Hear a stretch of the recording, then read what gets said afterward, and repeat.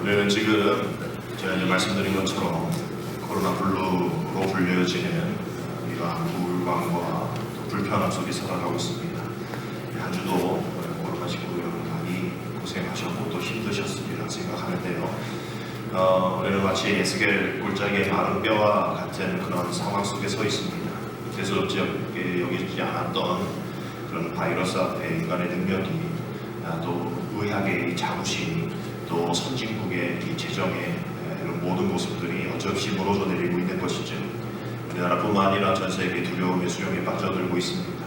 우리가 함께 기도할 때에 하나님 지금 에스겔을 불러서 마른 뼈들을 명하여서 또 그 하나님의 뜻을 또 헤아리게 하셨던 것처럼 하나님 지금 이 시간 이때 이 상황 속에서 주님 말씀 호접하시는 말씀 우리에게 허락하여 주옵소서라는 마음으로 또 기도하며 나아갑니다.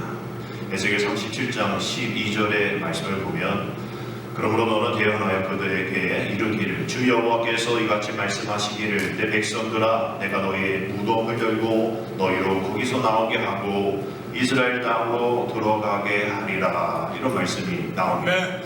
하나님께서 내가 너희 무덤을 열고 너희에게로 가서 나오게 하겠다라는 그 말씀, 이것은 본래의 자리로 회복시켜 주시겠다라는 하나님의 말씀의 약속의 말씀입니다.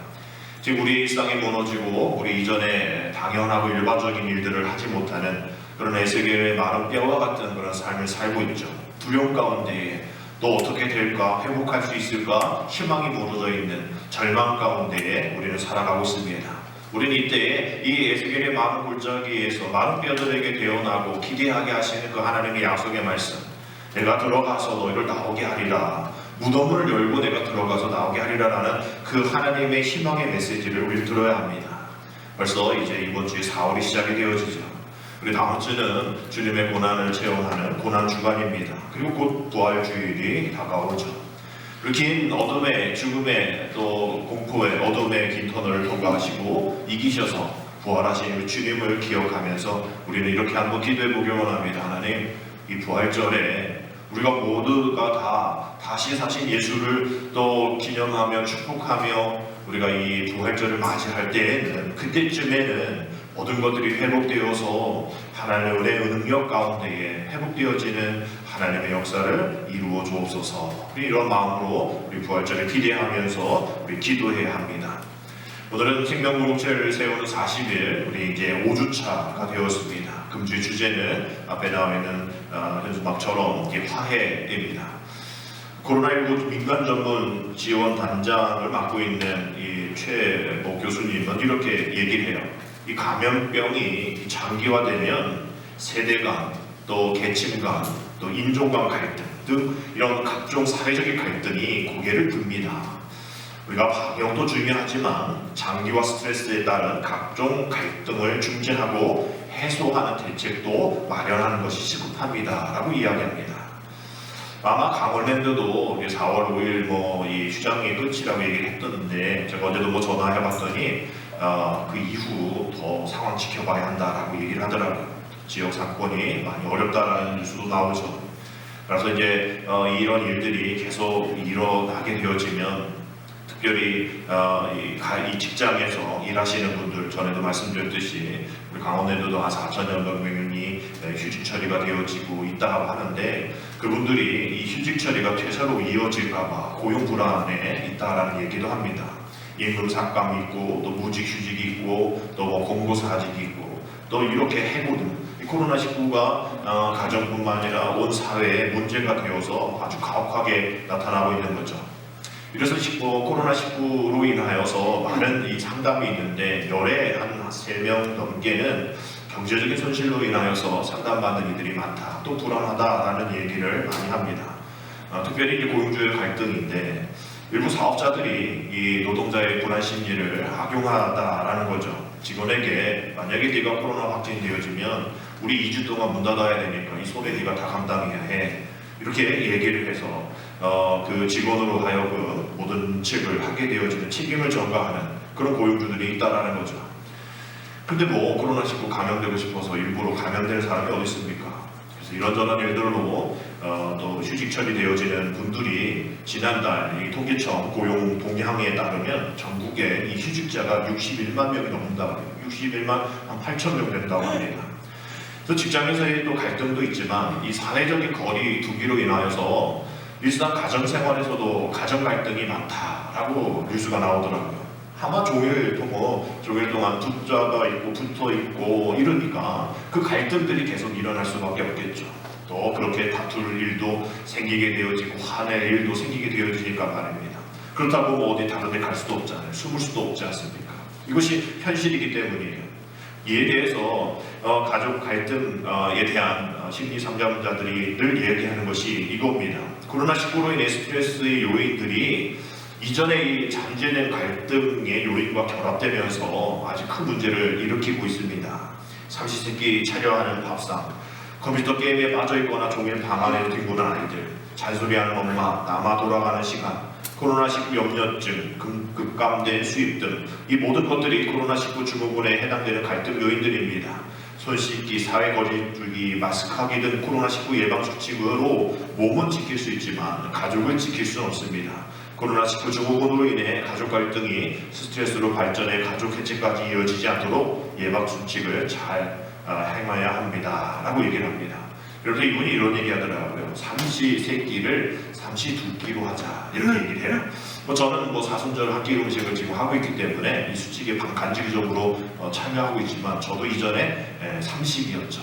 밥을 3번 다 먹어야 하는 그런 사람이었는데 지금 어머니들이 방금 차린 그 끼에 점심이든 아침이든 그럼 돌아서면 또 다음 끼니를 걱정해야 하는 쌀이 없고 돈이 없어서가 아니라 계속 해야 되는 그 일들 때문이잖아요.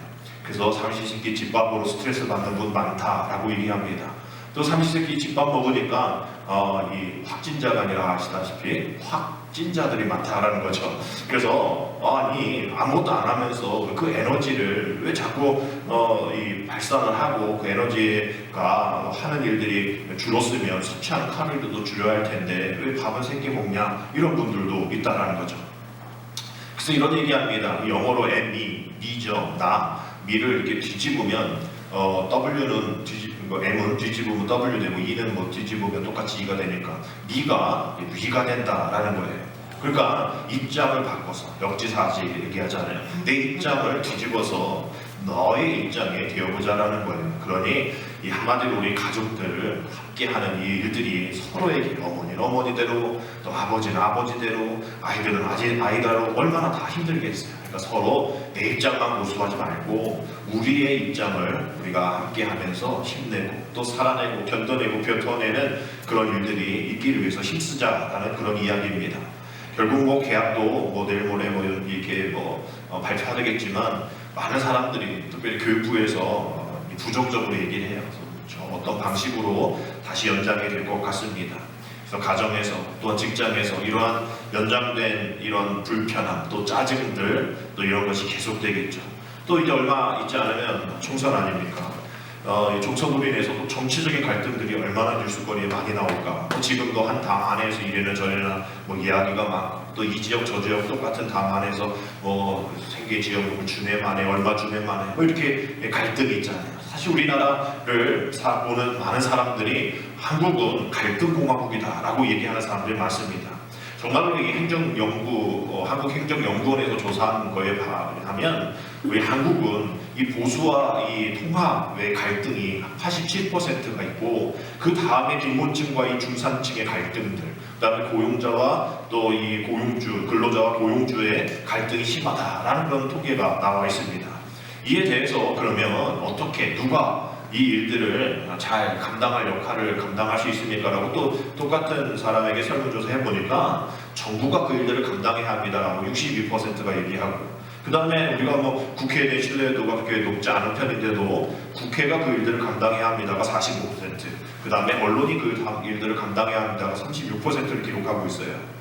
그러면 과연 종교는 이 사회적 통합과 이 일들의 중심을 가지고 있을 그런 어떤 역할을 할 수 있느냐라는 것을 물어봤을 때 그 사람들 중에 4%만 종교가 그 일들을 할 수 있을 거라 생각합니다라고 얘기해요. 정부가 62%, 국회가 45%, 또 언론이 36%를 기록하는 거에 반해서 종교는 44%라는 거예요. 이 앞에 누가 있냐면 노동조합이 있습니다. 노동조합이 7%도 되는데 노동조합보다도 종교가 이 화합의 중재자 역할을 감당하는 기대를 하지 않고 있다는 것이죠. 여러분 마태복음 5장 9절 말씀 보면 이런 말씀이 있죠. 화평하게 하는 자는 복이 있나니 그들이 하나님의 아들이라 일컬음을 받을 것이미요 라는 말씀이 있습니다.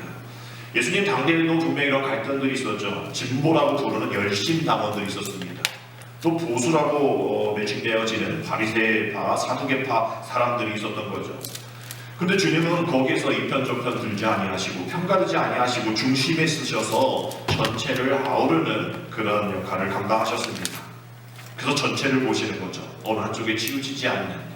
그래서 그 예수님의 이 모습 속에서 그 갈등들이 또 이 사회, 이 나라, 이 민족, 이 가정 안에서 우리가 정말 어떻게 하나님의 자녀라, 어떻게 하나님의 나라를 보여줄 수 있고 그 4%밖에 되어지지 않는 그 기대를 끌어올릴 수 있을까? 우리는 생각해 봐야 합니다. 많은 구제하고 있죠. 또 많은 봉사하고 있습니다. 그것도 중요하지만 결정적으로 우리가 하나님의 자녀됨의 그 화평의 관계로 이 화평케 하는 자가 되어지지 않았기 때문에 그런 것이 아닌가라는 생각하게 되어지는 것이죠. 한마디로 하나님의 자녀는 갈등을 해결하는 화해자라는 겁니다. 우리 한번 따라합시다. 하나님의 자녀는 갈등을 해결하는 화해자다. 갈등을 해결하는 화해자다. 마귀는요 갈등을 유발하는 분열자입니다. 에덴 동산에서부터 하나님과 사람 사이를 비틀어 버렸고요.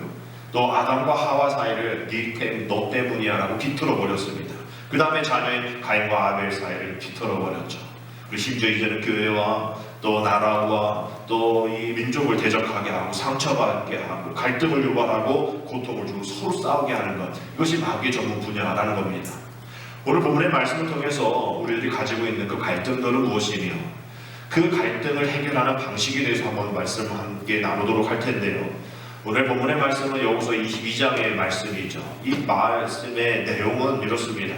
이스라엘 백성들이 광야에서 40년 동안 훈련을 받고 난 다음에 이제 마지막으로 요단강을 건너서 하나님이 주실 그런 약속의 땅 가나안을 이제 정복해야 될 그때입니다. 요단강 기준으로 동편과 서편이 나눠져 있는데 이제 서편을 통해서 이제 동편으로 들어가야 할 때인 것이죠. 이 요단강을 건너면 이제 본격적으로 이 정복 사업이 있어야 합니다.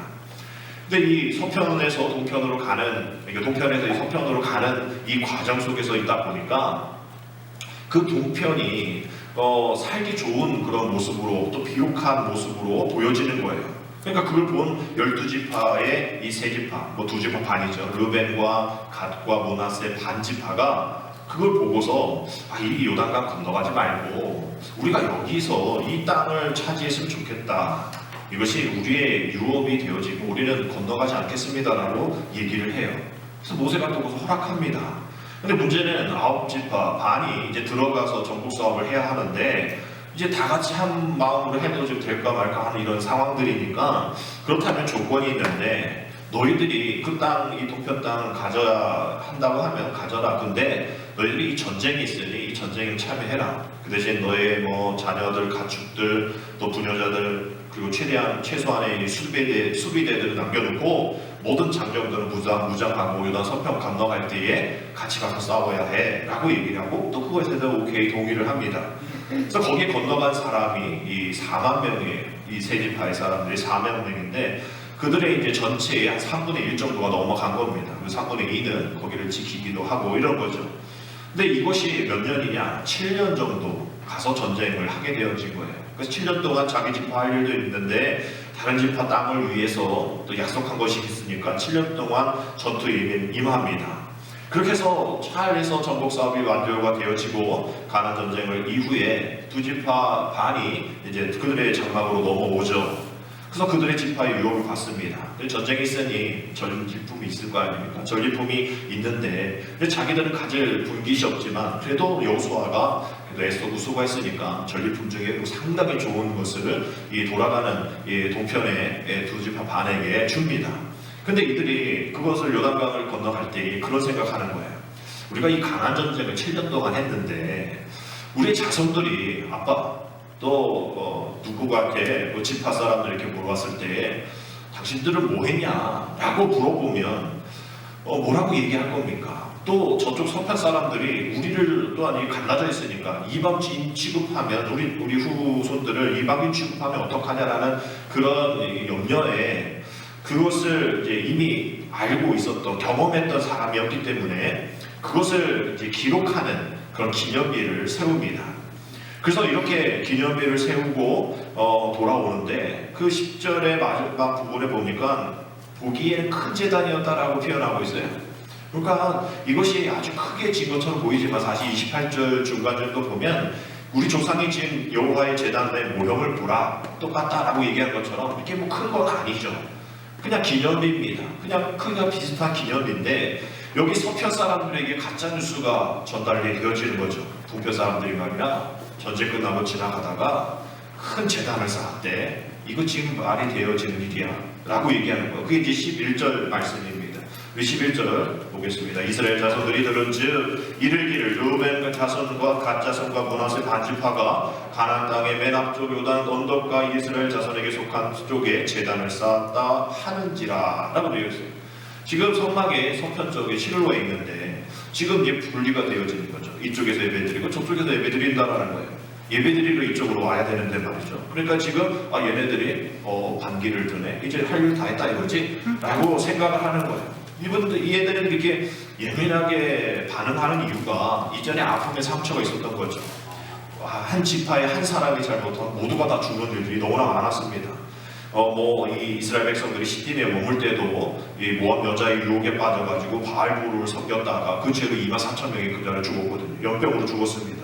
이런 일이기 때문에 저 애들이 문제 생기면 우리 다 죽게 생겼어.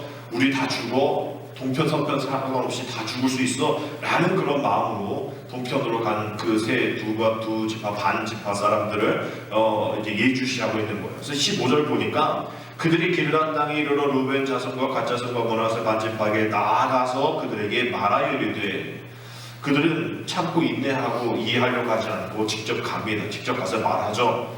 마음과 생각의 잘못됨을 갖고 있으면 판단과 또 말과 행동이 잘못되어질 수 있다는 걸 보여줍니다. 그러면서 16절 보니까 여호와의 온회 중에 말하기를 너희가 어찌하여 이스라엘 하나님께 범죄하여 오늘 여호와를 따르는 데서 돌아서서 너희를 위하여 제단을 쌓아 너희가 오늘 여호와께 거역하고자 하느냐. 지금 아예 혐의를 두고 얘기합니다. 단을 쌓는 일에 대해서 죄라고 얘기하고요. 너 여호와를 따르는 데서 돌아서라라고 너는 죄인이야. 너 지금 잘못하고 있어라고 자초지종 물어보지도 않고 그렇게 아예 혐의를 세웁니다. 그리고 해명의 기회 주지 않고 과거의 고통스러운 일들만 생각하게 하는 것이죠. 19절에 보면 그들의 오파는 계속적인 이 속죄의 방법에도 어리석은 방법으로 요구를 하는데 19절 다 읽진 않지만 무슨 얘기냐 하면 야 너희들 거기서 나와.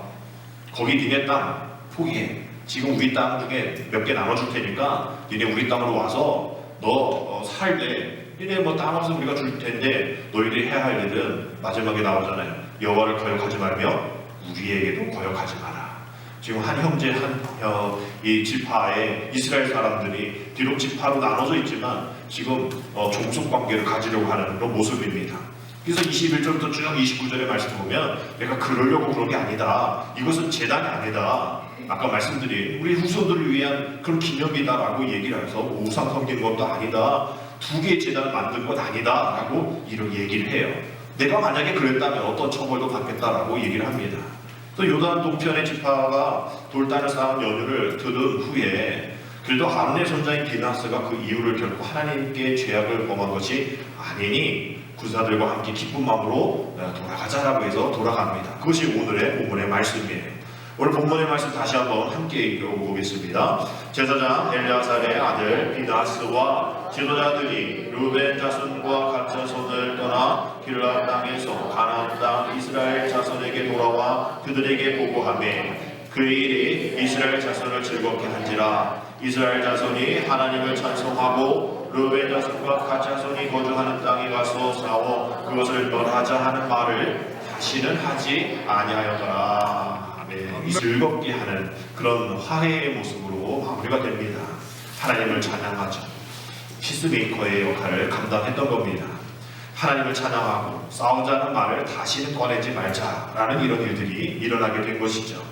여러분 우리는 서로의 만남 가운데 다른 환경 또 다른 이 생각들을 갖고 있어서 우리가 어쩔 수 없이 논쟁이 일어날 수밖에 없는 그러한 환경 속에 살고 있습니다.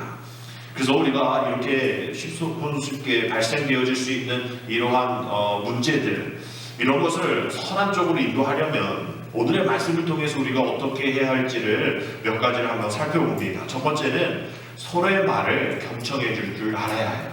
한번 따라합시다. 서로의 말을 경청할 줄 알아야 한다. 서로의 말을 경청할 줄 알아야 한다. 요단 동편의 두 지파 반은 이스라엘 대표로 하는 사람들이 자신들 찾아와서 너 왜 이랬냐 뭐 이렇게 막 자초지종을 뭐 할 때에 막 격양된 그런 이스라엘 대표들이 뭐 이런 얘기를 들으면 혹 자기들이 생각 갖고 있는 혐의를 갖고 있으니까 듣지 않고 얘기할 수 있을 텐데 그래도 그 동편에 있는 지파 사람들이 얘기하는 것을 끝까지 듣습니다. 그래서 남의 말을 끝까지 들을 줄 아는 태도, 우리가 어떤 흥분된 마음을 가라앉힐 수 있는 해결의 실마리가 되어지는 것이죠. 두 번째는 타인의 생각과 자신의 잘못을 인정하는 것이죠. 한번 따라합시다. 타인의 생각과 자신의 잘못을 인정한다. 타인의 생각과 자신의 잘못을 인정한다. 뭐 이렇게 저렇게 얘기 들어보니까 자기가 그렇게 서편에서 황급하게 쫓아올 일은 아니었던 거예요. 이들 인정합니다. 그리고 이스라엘의 요단 두 지파 반에게 해명하는 것을 다 인정하죠. 그래서 남의 의견을 또 인정하고 또 자신의 생각이 잘못됐다는 것을 고백하는 이런 것이 두 번째 논쟁 해결의 쟁점인 것이죠. 마지막 세 번째는 내려진 결정에 대해서 불평이나 또 원망을 하지 않는다라는 겁니다. 함께 따라합시다. 내려진 결정에 대해서 불평이나 원망하지 않는다. 불평이나 원망을 하지 않는다. 결국 우리는 종종 이런 논쟁이 해결되어진다 할지라도 뒤돌아서 조금이나 어떤 다른 일들로 불평하고 또 원망하고 내가 원래 또 그러려고 그랬던 거 아닌데 이러면서 또 불평하는 일들이 많이 있어요. 만족보다 불평이 있기 때문입니다. 그러나 이스라엘 지파도 또 그 이 두 지파도 어떻게 보면 이렇게 생각할 수 있겠죠. 아무리 니네들이 좋게 얘기하고 변명한다 할지라도 앞으로 니네들이 그렇지 않으라는 법 없잖아. 그것이 기념비이지만 거기에서 예배드리지 않으리라는 법이 있어?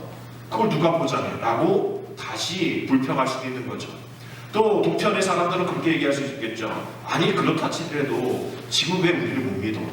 우리 형제 아니야? 왜 우리를 죽이려고 이렇게 쫓아와? 만약에 이게 진짜 재단이었으면 우리 어떻게 할 건데?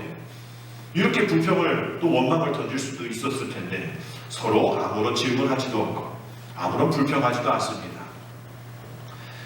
이런 선한 논쟁의 결과는 만족에 그치지 않고 서로 칭찬하고 서로 위로하며 서로를 위해 봉사합니다. 그리고 마지막에 하나님을 찬양하는 것이죠. 33절의 말씀을 다시 보면 그 일이 이스라엘 자손을 즐겁게 한지라. 이스라엘 자손이 하나님을 뭐하고? 찬송하고 우리가 모든 것들이 다 끝났다라고 즐겁게 잘 마무리였다 할지라도 결국은 하나님을 찬송하는 마지막까지 가야 합니다. 왜냐하면 하나님을 찬양하는 데까지 가지 않으면 우리의 선함이 또 우리의 이해함이 우리의 만족이 되어지고 또 우리 입장에서의 해결이 되어질 수 있는 거예요.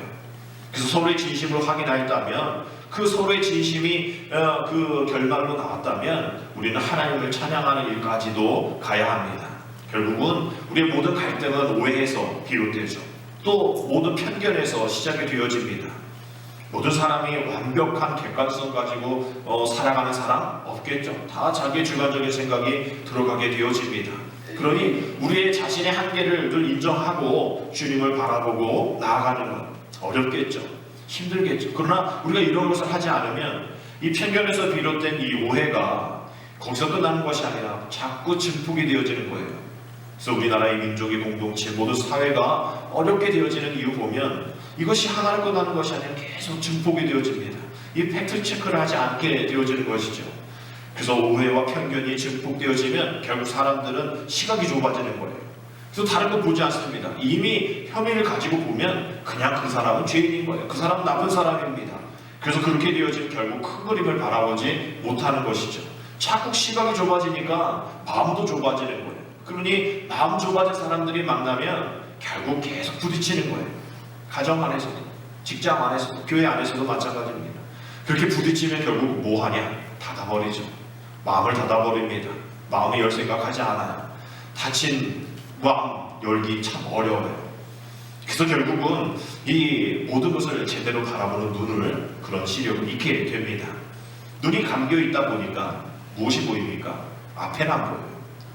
결국 과거만 보이게 되어지는 거죠. 오해와 편견으로 인해서 갈등이 증폭되어지면 결국 미래를 보지 못하고 과거만 보게 됩니다. 그래서 과거에 대한 집착, 누가 하는 거죠? 마귀가 하는 거잖아요. 성령은 미래를 바라보게 하고 선취신앙을 갖게 하는데, 마귀는 과거를 보게 돼요. 네가 예전에 말이야, 당신이 옛날에 말이야, 이러면서 부딪히게 만듭니다. 눈이 감겨져 있으니 좁은 시각을 보니, 미래를 못 보니 우리가 하는 말들은 늘 상처가 될 수밖에 없는 것이죠. 우리들의 마음을 주님께서 다스려 달라고요. 기도할 때 하나님, 과거에 집착했던 이 좁은 상태에서 벗어나 미래를 바라볼 수 있는 내가 되게 하여 주옵소서. 영적인 눈을 열게 하여 주옵소서. 큰 그림을 볼 수 있게 하여 주옵소서. 우리는 이런 기도해야 합니다. 갈등을 안고 싸우다 보면 서로의 그 시각이 좁아진 가운데에 누군가 하나 어려움 당하게 되어지는 거예요. 마크 윌스라는 분이 이런 얘기합니다. 갈등과 분노를 잘못 다루면 마치 테니스 경기에 테니스 공과 같다.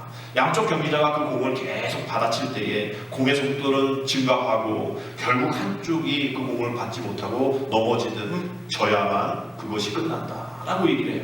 후유증이 크다라는 거예요. 결국 어느 한쪽이 죽어야 한다는 겁니다. 이 에베소서 2장 14절 말씀 보면 우리 아는 말씀이죠. 우리 함께 에베소서 2장 14절 말씀이 있습니다. 시작. 그는 우리의 화평이신지라 둘로 하나를 만드사 원수된 것 곧 지구간에 막힌 담을 자기 육체로 허시고. 둘로 하나를 만든다라는 거예요. 둘로 하나를 만든다. 이게 간단한 수학 공식 같지만 이처럼 어려운 게 없죠. 어떻게 둘이 하나입니까? 둘은 둘이지. 그러나 이 둘을 하나로 만드시는 하나님, 그 주님 성령님께서 우리를 화평하게 하는 자로 우리를 불러주셨다라는 거예요. 어거스틴이 이렇게 늘 얘기했어요. 전에도 말씀드린 것 같은데 우리 한번 봅시다. 근본적인 것에는 뭐를? 일치를. 근본적인 게 아는 것에는 뭐를? 자유를. 그리고 모든 것에는 뭐를? 사랑을. 또 자비를, 사랑을. 뭐 이런 이야기를 우리는 기억해야 합니다. 갈등 속에 원수 갚는 일 우리가 하고 싶죠. 그래야 또 우리의 마음이 또 시원하겠죠. 근데 여러분 시원했습니까? 그렇게 살아오셨잖아요. 그 원수 갚아보니까 시원하세요? 아니잖아요. 또 다른 일들이 일어나잖아요. 그래서 히브리서 10장 30절에 원수 갚는 것이 내게 있으니 내가 갚으리라 하시고, 또 다시 주께서 그의 백성을 심판하리라 말씀하신 것을 우리가 안다라고 말씀하십니다. 이제 주님이 다시 오시면 이 땅에 우리가 상처받았던 거, 또 원수 갚아야 하는 거, 그런 모든 것들을 다 해결해 주신다는 거예요. 결국은 우리가 그거 하지 말라는 거예요. 왜 교회 안에서 싸우냐는 거예요. 왜 교회 안에 갈등이 있냐는 거예요. 우리는 다 천국에서 만날 사람들 아닙니까? 그래서 이런 얘기가 있어요. 천국에서 만나게 될 당신의 원수를 사랑하라.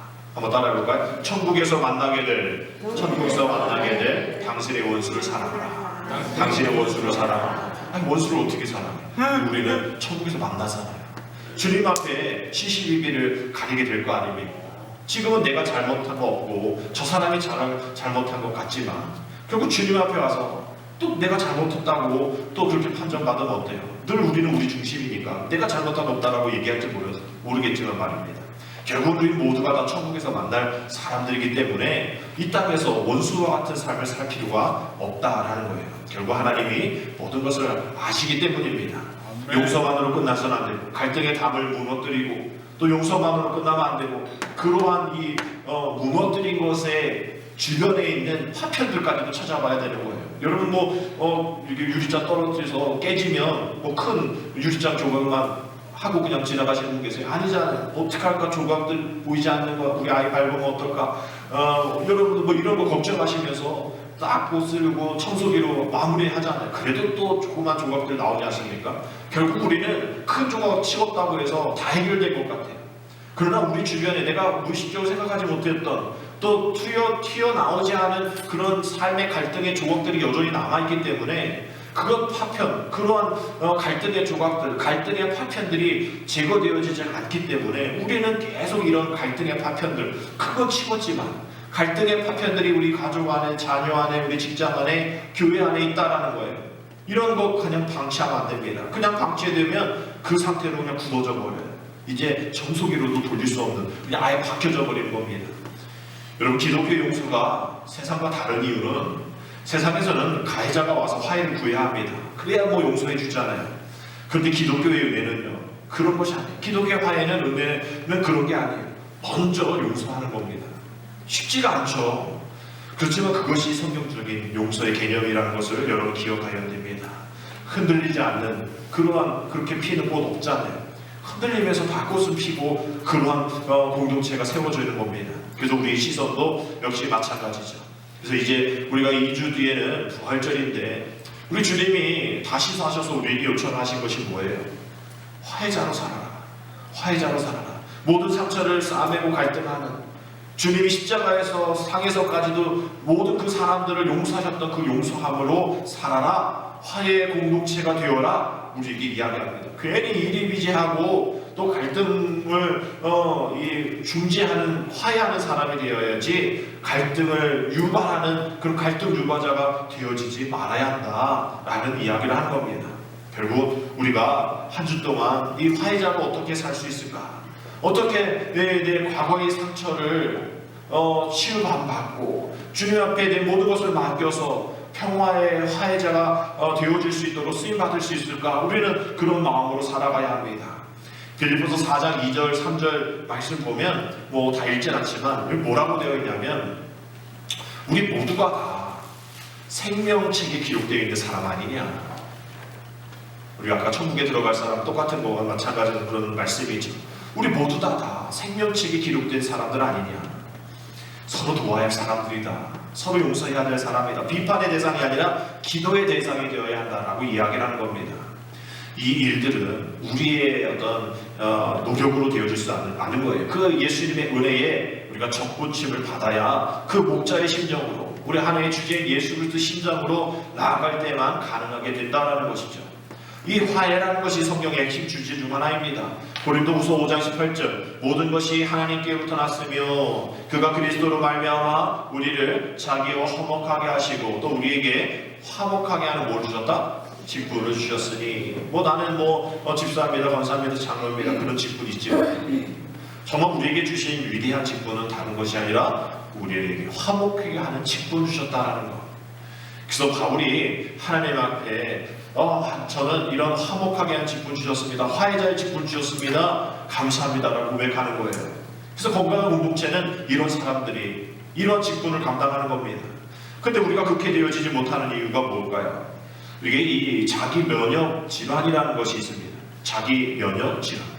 제 몸 안에 자기 자신의 이 단백질에 대한 항체가 생겨서 항원 항체 반응이 일어나는 질환이다라는 거예요.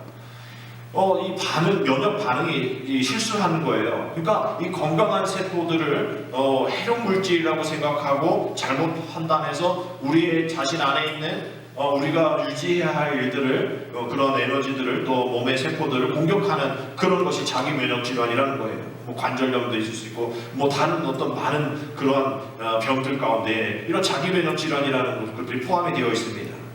과도한 자기의 몸을 방어하는 것으로 인해서 일어나는 것이죠. 결국 우리도 영적인 자기 면역 질환에 걸려 있으면, 즉 내 자신만 생각하게 되어지면 서로 비난하게 되어지고 서로의 아픔을 외면하는 그런 증상에 시달릴 수밖에 없다는 겁니다.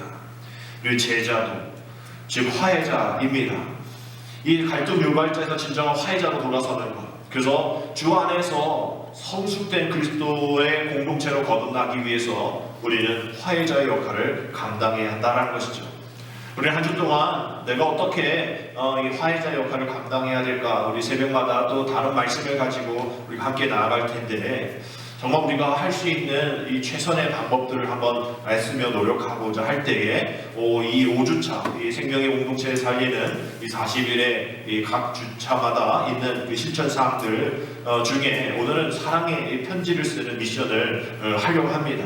나가실 때에 이 편지를 하나 받으실 텐데, 여러분 SNS를 통해서 다 이렇게 전달하고 하지만 우리가 감사한 사람에게 감사의 편지, 또 내가 오해하고 있었던 사람에게는 또 그러한 오해를 했다라는 그런 편지들, 또 남편에게 혹은 아내에게, 또 자식들에게, 또 교인에게, 또 저에게 여러분 편지를 써서 또 이웃에게 편지를 써서 여기 앞에 있는 우체통 따로 일부러 산 게 아니라 우리 교회에 우체통이 없어가지고 하나 샀는데 이번에 여기에 넣어서 여러분들이 편지를 길지 않아요. 딱 몇 줄 정도 쓸 수 있는 그러한 편지입니다.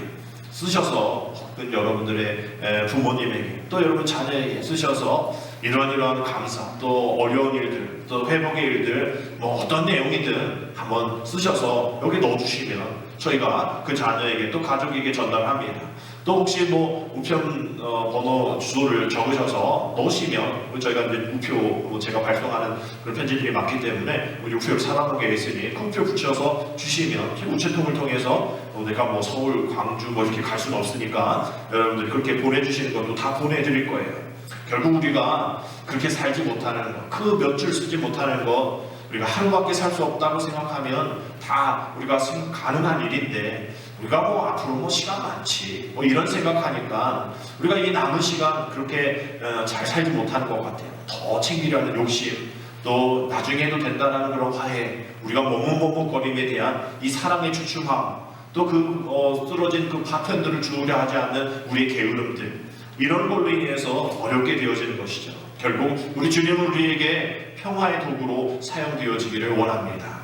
우리 마지막으로 우리 성프란시스코가 남긴 평화의 기도 노래 찬양도 있는 그것인데 우리 이거 한번 함께 읽고 여러분들 마음 가운데 누구에게 사랑의 편지 한번 보낼까 여러분 한번 생각해 보시면서 오늘 말씀을 마치려 합니다. 우리 평화의 기도 함께 읽겠습니다. 오 주여 저를 평화의 도구로 써주소서. 미움이 있는 곳에 사랑을, 다툼이 있는 곳에 용서를, 분열이 있는 곳에 일치를, 의심이 있는 곳에 믿음을 심게 하소서. 오류가 있는 곳에 진리를, 절망이 있는 곳에 희망을, 어둠이 있는 곳에 광명을, 슬픔이 있는 곳에 기쁨을 심게 하소서. 오 주여 저를 평화의 도구로 써주소서. 아멘. 기도드립니다.